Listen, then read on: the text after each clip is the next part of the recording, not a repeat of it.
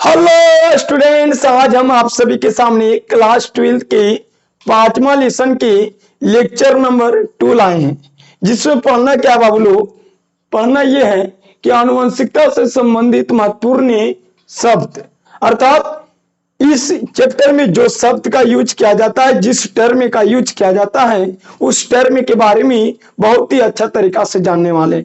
जैसे क्या एलील क्या है, जीन क्या है, जीनोटाइप क्या होते हैं, फिनोटाइप क्या होते हैं, ये सब F1 पीढ़ी क्या होते हैं, F2 पीढ़ी क्या होते हैं। अर्थात F1 पीढ़ी को इंग्लिश में बोला जाता है F1 जनरेशन और F2 जनरेशन। इन सारे टॉप और होमोजाइगस, हेट्रोजाइगस, ये सभी के बारे में जानने वाले हैं आज बाबू लोग। तो इस लेक्चर के अंत तक बने रहिएगा। इन सभी पॉइंट्स, इन सभी छोटे छोटे पॉइंट्स के बारे में आपको जानकारी बहुत ही अच्छा तरीका से होने वाला है। तो चलते हैं बिना लेट किए आगे की ओर। बाबू लोग, लिखा गया क्या, आनुवंशिकता से संबंधित महत्वपूर्ण शब्द, important term related to heredity. आनुवंशिकता से संबंधित कुछ महत्वपूर्ण शब्द बाबू लोग। पहला शब्द है एलील। आप बहुत ही ज्यादा इस चैप्टर में आपका एलील नाम सुनने को मिलेगा।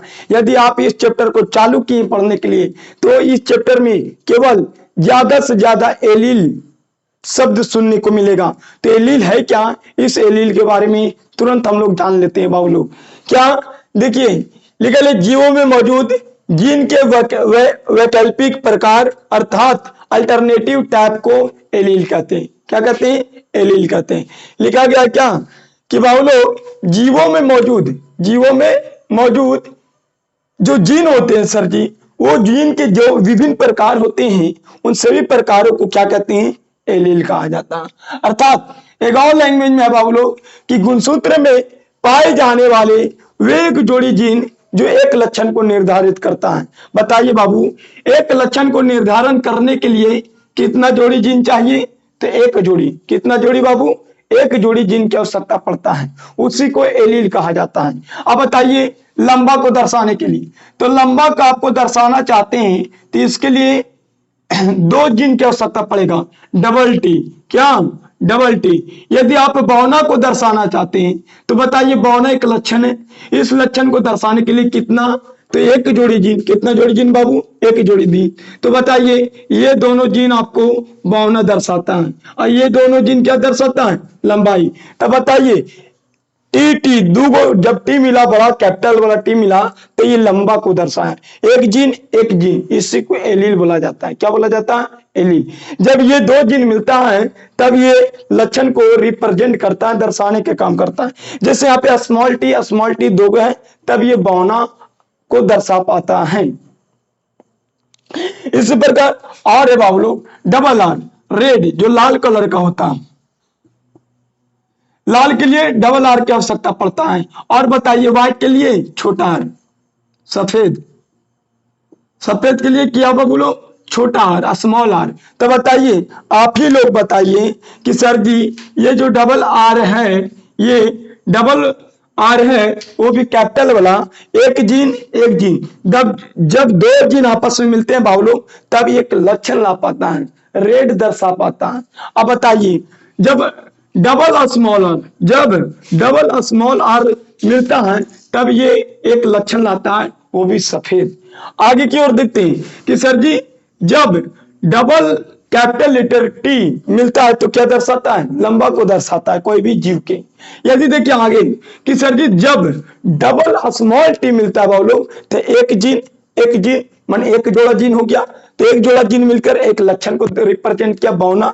देखिए, सब एक जोड़ा, जब एक जोड़ा जीन मिलता है तब एक लक्षण को रिप्रेजेंट करता है बाबू लोग। अर्थात कह सकते हैं कि गुणसूत्र में पाए जाने वाले एक जोड़ी जीन एक लक्षण को रिप्रेजेंट करता है बाबू लोग। अर्थात आप कह सकते हैं बाबू लोग कि एक जीन पिता को होती है, एक जीन मदर का होता है। अर्थात एक जीन मेल का होता है और एक जीन फीमेल का होता है बाबू लोग। तब 2 जीन मिलता है, तब उसमें एक लक्षण पैदा कर पाता है, एक करेक्टर उत्पन्न करता है। तो बताइए, रेड, लंबा को बताने के लिए डबल टी के, कैपिटल टी की आवश्यकता पड़ता है। बौना को दर्शाने के लिए डबल स्मॉल टी। अब बताइए, रेड को दर्शाने के लिए डबल आर, वो भी कैपिटल वाला चाहिए, और स्मॉल आर को सफेद रिप्रेजेंट करता है। तो ये आप समझ गए होंगे कि सर जी जो भी लक्षण रिप्रेजेंट किया जाता है वो एक जोड़ी जीन से ही उत्पन्न होता है। एक जोड़ी जीन मिलता है तब लक्षण को रिप्रेजेंट कर पाता है, उसी को एलील कहा जाता है। जैसे आप एग्जांपल में देखते होंगे कि लाल बौना पौधा, तो देखिए लंबा और तथा बौना पौधा, तो लंबा के लिए क्या डबल टी, बौना के लिए क्या डबल स्मॉल टी। आगे देखिए लाल के लिए डबल एस बड़ा कैपिटल आर और सफेद के लिए स्मॉल आर। तो आप समझ में आ गया होगा, ठीक है, कि सर जी एक लक्षण को दर्शाने के लिए कोई भी जीव में कितना जीन की आवश्यकता पड़ता है, 2 जीन की आवश्यकता पड़ता है, उसी को कहा जाता है एलील। अब देखिए सर ये जीन है क्या, जीन नाम सुनने को मिल रहा है। तो बताइए सर्वप्रथम मेंडल साहब बाबू, कौन से साहब बाबू, मेंडल साहब ने जीन का नाम पहले शुरुआती वक्त में जीन नाम नहीं दिया गया था। मेंडल साहब ने जीन का नाम क्या बोले थे शुरुआती वक्त में, सबसे पहले मेंडल साहब ने जीन को क्या बोले थे, फैक्टर कहते। क्या नाम दिए थे, फैक्टर नाम दिए थे, अर्थात कारक नाम दिए थे बाबू लोग। अगला पॉइंट, जीन का जो नाम जो दिया गया वो कौन दिए थे, जोहानसन ने दिए थे। क्या कौन दिए थे बाबू, जोहानसन ने, वो भी 1909 ईस्वी में दिए थे। कब दिए थे, 1909 ईस्वी में दिए थे। तो जोहानसन ने जीन का नाम दिए थे बाबू लोग, कब दिए थे, 1909 ईस्वी में। कौन दिए थे बाबू लोग नाम इसका, जोहानसन साहब ने। तो आप ध्यान रखिएगा कि जो शुरुआती वक्त सबसे पहले अर्थात सर्वप्रथम जो जीन था वो जीन के बारे में कौन बताए थे, तो बाबू लोग मेंडल साहब। तो बताइए मेंडल साहब ने सर्वप्रथम जीन को नाम क्या दिए थे, कारक नाम दिए थे। क्या नाम दिए थे, कारक, अर्थात इंग्लिश में फैक्टर बोला जाता है। ये बोले थे कि कुछ तो ऐसा पदार्थ है जो, कुछ तो ऐसा रसायन पदार्थ जीव में पाए जाते हैं जो एक पीढ़ी से दूसरी पीढ़ी में क्या करते हैं, स्थानांतरित होते हैं, अर्थात एक पीढ़ी से दूसरी पीढ़ी में जाते हैं, ये बोले थे। लेकिन ये नहीं बता पाए थे कि क्या पदार्थ जा रहा है, उसे होता कैसा है, ये नहीं बता पाए थे। खाली ये बोलते थे कि कुछ तो ऐसा रसायन पदार्थ है जो वह एक पीढ़ी से अगले पीढ़ी में, अर्थात वन जनरेशन से नेक्स्ट जनरेशन में या अनदर जनरेशन में ट्रांसफर करता है। उसे नाम ये क्या दिए थे, नाम उसे दिए थे ये कारक, कि कुछ ऐसा रसायन पदार्थ है जो एक पीढ़ी से अगले पीढ़ी में स्थानांतरित करते हैं। लेकिन बाबू लोग जोहानसन ने इसे कारक को ये कारक नाम को जीन नाम कर दिया, चेंज करके कारक को क्या बताइए, जीन। अब आगे देखिए डीएनए के फंक्शनल पार्ट, डीएनए के क्रियात्मक भाग को क्या कहते हैं, जीन कहा जाता है। क्या कहा जाता है, जीन कहा जाता है। अर्थात जीन जो बने होते हैं वो डीएनए का ही बने होते हैं। जीन किसका बना होता है बहुत लोग, हम लोग में डीएनए का बना होता है। इसलिए डीएनए के फंक्शनल पार्ट को क्या कहते हैं, क्रियात्मक भाग को जीन कहा जाता है। आगे देखिए आनुवंशिकता की इकाई को क्या कहते हैं, जीन कहते हैं। आनुवंशिकता की इकाई किससे कहा जाता है, जीन को कहा जाता है। अर्थात यूनिट ऑफ हेरिडिटी किससे कहा गया बाबू लोग, जीन को कहा गया। आगे देखिएगा इंपॉर्टेंट पॉइंट्स है कि वायरस में, किसमें बाबू, वायरस में, किसमें, वायरस में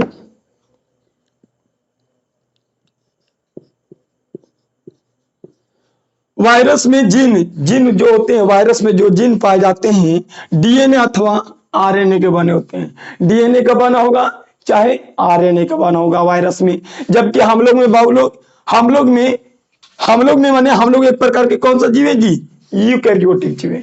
हम लोग माने जंतु, प्लांट्स, ये सभी यूकैरियोटिक जीव होते हैं बाबू लोग। इन सभी जीवों में जो जीन होते हैं वो जीन क्या चीज के बने होते हैं, डीएनए का बने होते हैं। क्या चीज के बने होते हैं, डीएनए का। देखिए बाबू लोग हम लोग में जो जीन पाया जाता है मनुष्य में या सभी जंतुओं में, उन सभी जंतुओं में जीन डीएनए का बना होता है। जबकि वायरस में डीएनए का भी बना रह सकता है या आरएनए की भी मिल सकता है आपका बना हुआ। आगे देखिएगा मानव शरीर के एक कोशिका में, मानव की जो बॉडी है, मानव की बॉडी बहुत सारी कोशिकाओं से बने होते हैं। लेकिन आपके एक कोशिका में, हमारा एक कोशिका में 46 गुणसूत्र होता है बाबू। कितना गुणसूत्र होता है जी, 46 क्रोमोसोम होता है, क्रोमोसोम होता है, अर्थात 46 गुणसूत्र होते हैं। लेकिन एक कोशिका में 46 गुणसूत्र तो होते हैं सर जी, लेकिन ये गुणसूत्र में कितना जीन मिलता है, 20 से 25 हजार। कितना मिलता है, 20 से 25,000। तो आप ध्यान रखिएगा कि आपका शरीर बहुत सारे कोशिकाओं से बना, लेकिन आपका एक कोशिका में 20 से 25,000 जीन पाए जाते हैं और गुणसूत्र 46 होता है। बताइए, आपके एक कोशिका में 46 गुणसूत्र हैं, तो बताइए सभी कोशिका में सेम होता है, सभी कोशिका में सेम गुणसूत्र होता है बाबू लोग। अर्थात कह सकते हैं कि सर जी मनुष्य के शरीर के एक कोशिका का अध्ययन कर लेंगे 46 गो के, तो पूरा कोशिका के अध्ययन कर लेंगे, तो जी हाँ, सभी कोशिका के बारे में आप अध्ययन कर लेंगे। तो माने हम लोग की एक कोशिका में जितना गुणसूत्र जो वाला गुणसूत्र पाया जाता है 46 गो, वो सभी कोशिका के अंदर पाए जाते हैं। आगे देखिएगा, सर जी लिखा गया है जीन अपना कार्य किसके माध्यम से करता है बाबू? एंजाइम के माध्यम से करता है। आप जानते होंगे कि एंजाइम एक प्रकार के क्या बाबू लोग? प्रोटीन है। नोट पॉइंट करके लिख सकते हैं कि एंजाइम एक प्रकार के क्या होते हैं? प्रोटीन होते हैं। एंजाइम क्या है जी? एंजाइम एक प्रकार के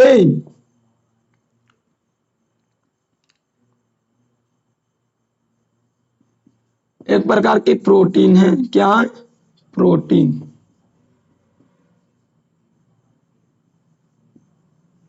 क्या है? प्रोटीन है। तो एंजाइम है क्या? तो एंजाइम एक प्रकार के प्रोटीन है। और प्रोटीन के बनने के लिए कितने अमीनो एसिड की आवश्यकता पड़ता है? तो 20 एमिनो एसिड की आवश्यकता पड़ता है। कितने एमिनो एसिड? 20। ये ऑब्जेक्टिव में आया हुआ है बाबू लोग कि एंजाइम एक प्रकार के क्या है जी? तो कहिएगा सर जी कि एंजाइम एक प्रकार के प्रोटीन है जो जीनों के द्वारा उत्पन्न होते हैं। किसके द्वारा? जीनों के द्वारा रिलीज होते हैं बाबू लोग। देखिए लिखा भी गया होगा कि जीन अपना कार्य एंजाइम के माध्यम से करता है। ठीक है सर जी, किसी भी जीव में प्रत्येक जीन एक विशिष्ट एंजाइम, विशिष्ट मैंने आप जानते होंगे कि विशिष्ट से स्पेशल, उनके अलावा कोई दूसरा कोई उत्पन्न नहीं कर सकता है। तो लिखा गया है कि सर जी किसी जीव में प्रत्येक जीन एक विशिष्ट एंजाइम का क्या करता है? ये उत्पादन करता है। क्या करता है जी? उत्पादन करता है, जो विशिष्ट उपापचय प्रोसेस को नियंत्रित करता है। आप जानते होंगे कि सर जी जीन जो होते हैं वो एंजाइम को रिलीज तो करते हैं। ठीक है, अब आप जानते भी होंगे कि एंजाइम जो होते हैं सर जी वो पाचन की क्रिया में भाग लेता है, डाइजेशन में भाग लेता है, उपापचय क्रिया में भाग लेता है, मेटाबॉलिज्म में भाग लेता है कि नहीं? तो वही तो बतिया लिखा गया बाबू लोग कि जीन अपना कार्य एंजाइम के माध्यम से करता है। प्रत्येक जीव में जो जीन होते हैं बाबू लोग, वो जीन एक विशेष प्रकार का एंजाइम उत्पन्न करता है और वो एंजाइम एक विशेष उपापचय को क्या करता है? कंट्रोल करने का काम करता है। आगे देखिएगा कि सर जी जीन जीवों की एक पीढ़ी से, वन जनरेशन से अनदर जनरेशन में, एक पीढ़ी से दूसरी पीढ़ी में आनुवंशिक सूचनाओं अर्थात इंग्लिश में बोला जाए तो जेनेटिक इंफॉर्मेशन को ले जाने के काम करते हैं। इसलिए जीन को क्या कहा जाता है? आनुवंशिक सूचनाओं के वाहक, अर्थात इंग्लिश में वेक्टर ऑफ जेनेटिक इंफॉर्मेशन कहा जाता है। कह सकता है, क्वेश्चन पूछ सकता है कि जीन को आनुवंशिक सूचनाओं के वाहक क्यों कहते हैं? तो आप कह सकते हैं कि सर जी जीन ही एक ऐसा पदार्थ है, जीन ही एक ऐसा क्या है? पदार्थ है जो बाबू लोग अपने माता पिता के सूचनाओं को आप में लाने का कार्य किया है। माने जीन के माध्यम से आनुवंशिक सूचना माता पिता से उनके बच्चों में क्या जाते हैं? स्थानांतरित हो पाते हैं। यदि जीन नहीं होता तो आनुवंशिक पदार्थ माता पिता से हम लोग में नहीं आ पाता बाबू लोग। तो आप समझ में आ गया होगा कि सर जी जिन जीवों के एक पीढ़ी से दूसरी पीढ़ी में आनुवंशिक सूचनाओं के ले जाते हैं, इसलिए जीन को क्या कहा जाता है? आनुवंशिक सूचनाओं का वाहक कहा जाता है, वेक्टर ऑफ जेनेटिक इंफॉर्मेशन कहा जाता है। तो इतना समझ में आ गया होगा, आ गया कि नहीं? कि सर जी एक लक्षण के लिए कितना जोड़ी जीन चाहिए? तो 1 जोड़ी। 1 जोड़ी माने का नहीं मतलब 2 जीन। कितना जीन? 2 जीन या 2 एलील जिम्मेदार होते हैं। जीन को ही एलील बोला जाता है। ठीक है, मेंडल ने सर्वप्रथम जीन को क्या बोले थे? कारक नाम दिए थे। जीन का नामकरण कौन किए थे? जॉनसन ने किए थे 1989 में। डीएनए के फंक्शनल पार्ट को क्या कहते हैं? जीन कहते हैं। आनुवंशिकता की इकाई जीन को कहते हैं। वायरस में जीन क्या चीज के बना होता है? वो लोग डीएनए अथवा आरएनए का बना होता है, जबकि हम लोग में आरएनए डीएनए जीन किससे बना होता है? डीएनए का बना होता है। मानव शरीर के कोशिका में कितना जीन पाए जाते हैं? 20 से 25,000। जीन अपना कार्य किसके माध्यम से करता है? एंजाइम के माध्यम से करता है। किसी भी जीव में प्रत्येक जीव एक विशिष्ट एंजाइम का क्या करता है? प्रत्येक जीन एक विशिष्ट एंजाइम को उत्पादन करता है। और जानते होंगे कि एंजाइम किस में भाग लेता है? तो उपापचय क्रिया में भाग लेता है बाबू लोग। आगे देखिए, जिन जीवों की एक पीढ़ी से दूसरी पीढ़ी में आनुवंशिक सूचनाओं को क्या करता है, ले जाने के काम करता है। इसलिए जीन को आनुवंशिक सूचनाओं को क्या बोलते हैं, वाहक बोला जाता है, वेक्टर ऑफ जेनेटिक इंफॉर्मेशन कहते हैं। आपको इधर तो समझ गए में क्या होंगे कि लंबा के लिए डबल टी कैपिटल वाला, बौना के लिए स्मॉल टी, और रेड के लिए डबल आर वो भी कैपिटल वाला, और सफेद के लिए स्मॉल आर। तो इतना तो आपको समझ में आ गया बाबू लोग। अब देखते हैं अगला पॉइंट देखते हैं, ठीक है। तो पानी पीते हैं।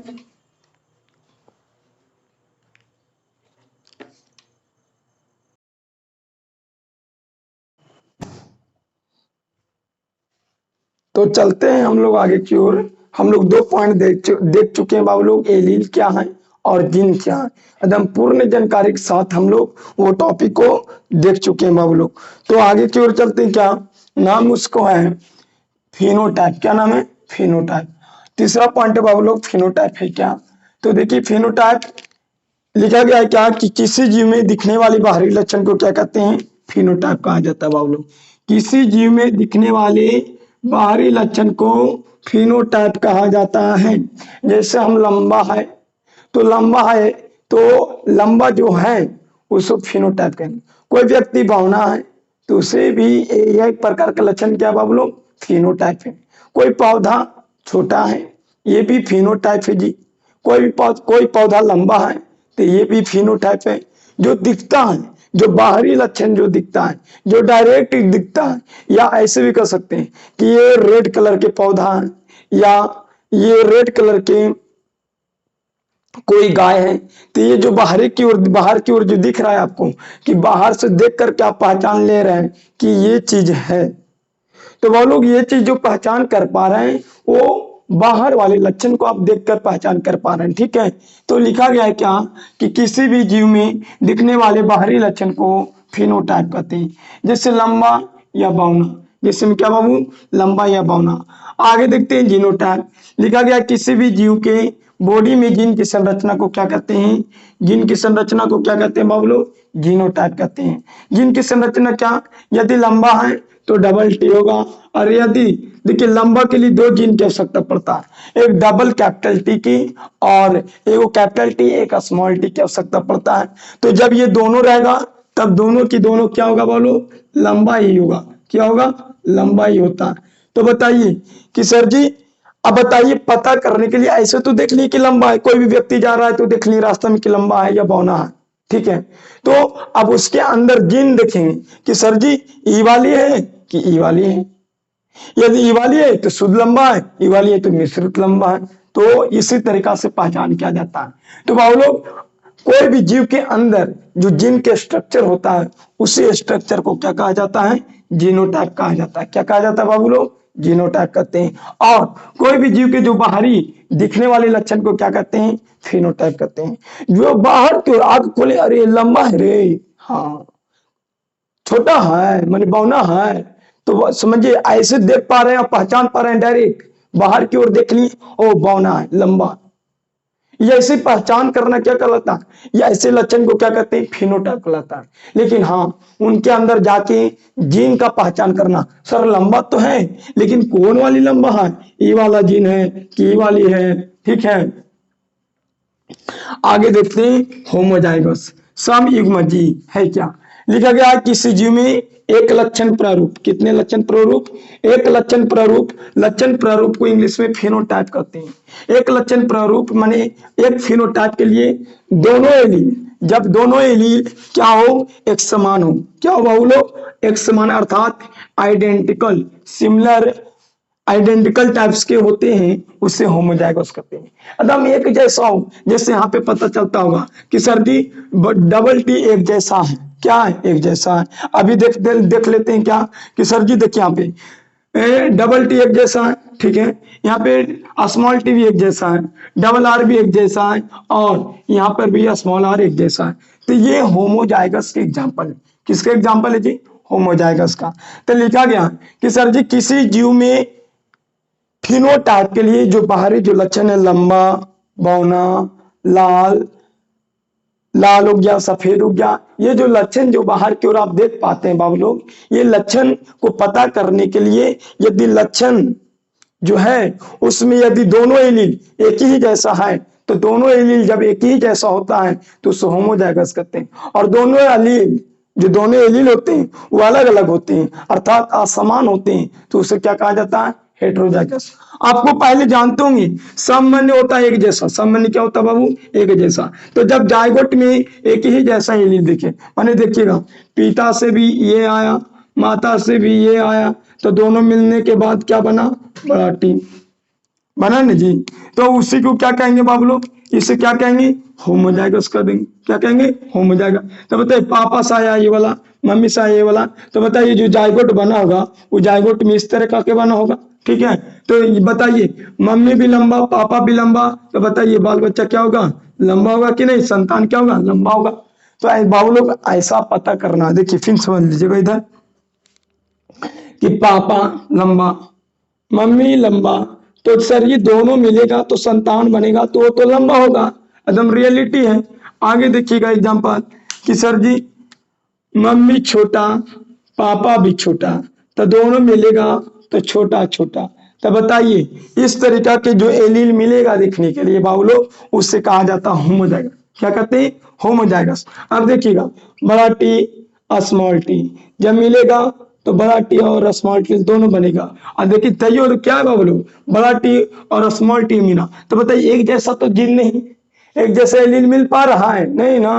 तो बताइए एक जैसा जब नहीं मिलेगा तो उसे हेटेरोजाइगस कहते हैं। जैसे यहाँ पे देख लीजिए बड़ा टी और छोटा टी जब बड़ा टी मिलेगा और छोटा टी मिलेगा तो बन जाएगा बड़ा टी और छोटा टी बनेगा। समझ में आया?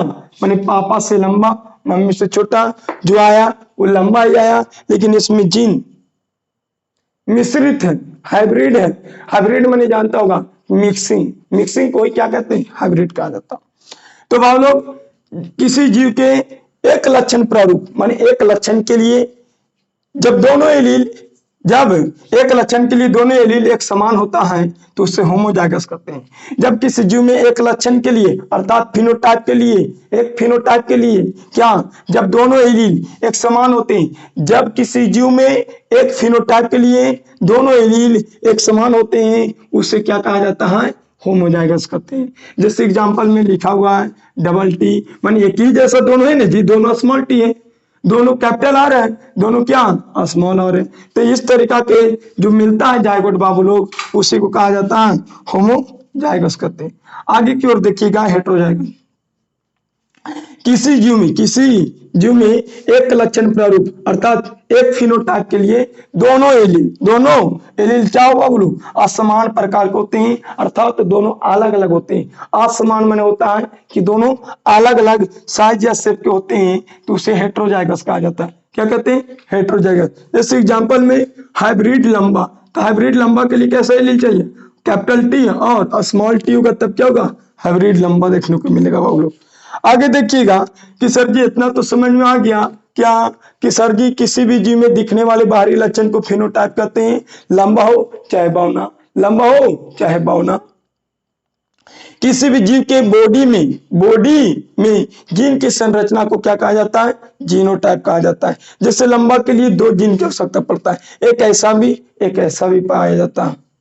अब आगे देखिएगा होमोजाइगस जब किसी जीव में एक लक्षण प्रारूप के लिए एक फिनोटाइप के लिए देखिए फिनोटाइप की हिंदी होता है लक्षण प्रारूप फिनोटाइप का हिंदी क्या होता है? लक्षण प्रारूप। तो जब किसी जीव में एक फिनोटाइप के लिए जब दोनों एलील एक जैसा होता है कैसा होता है? एक जैसा होता है अर्थात एक समान होता है उससे होमोजाइगस कहते हैं। एग्जाम्पल में लिखा गया capital small T capital R और स्मॉल आर यानी कैपिटल टी दोनों के दोनों कैपिटल टी है बाबू। तो इस तरीका से वो एक जैसा लग रहा है ना दिखने में उसको होमोजाइगस कहते हैं और जो अलग अलग लगता है देखने में उससे हेटेरोजाइगस कहते हैं। क्या कहते हैं? हेटेरोजाइगस। अब देखते हैं F1 पीढ़ी क्या है। आप समझने का प्रयास करिए F1 पीढ़ी। सर जी F1 पीढ़ी है क्या?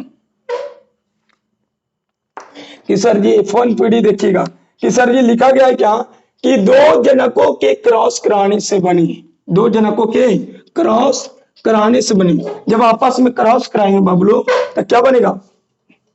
जब दो जनक को तो बताइए लंबा है और क्या है? बौना है। क्या है जी? बौना है मानिए। तो जब दो जनकों को आपस में क्रॉस कराएंगे तो जो पीढ़ी बनेगा उसे क्या कहेंगे? इससे जो पीढ़ी बनेगा वो पीढ़ी को क्या कहेंगे बाबू लोग? F1 पीढ़ी कहेंगे। क्या कहेंगे?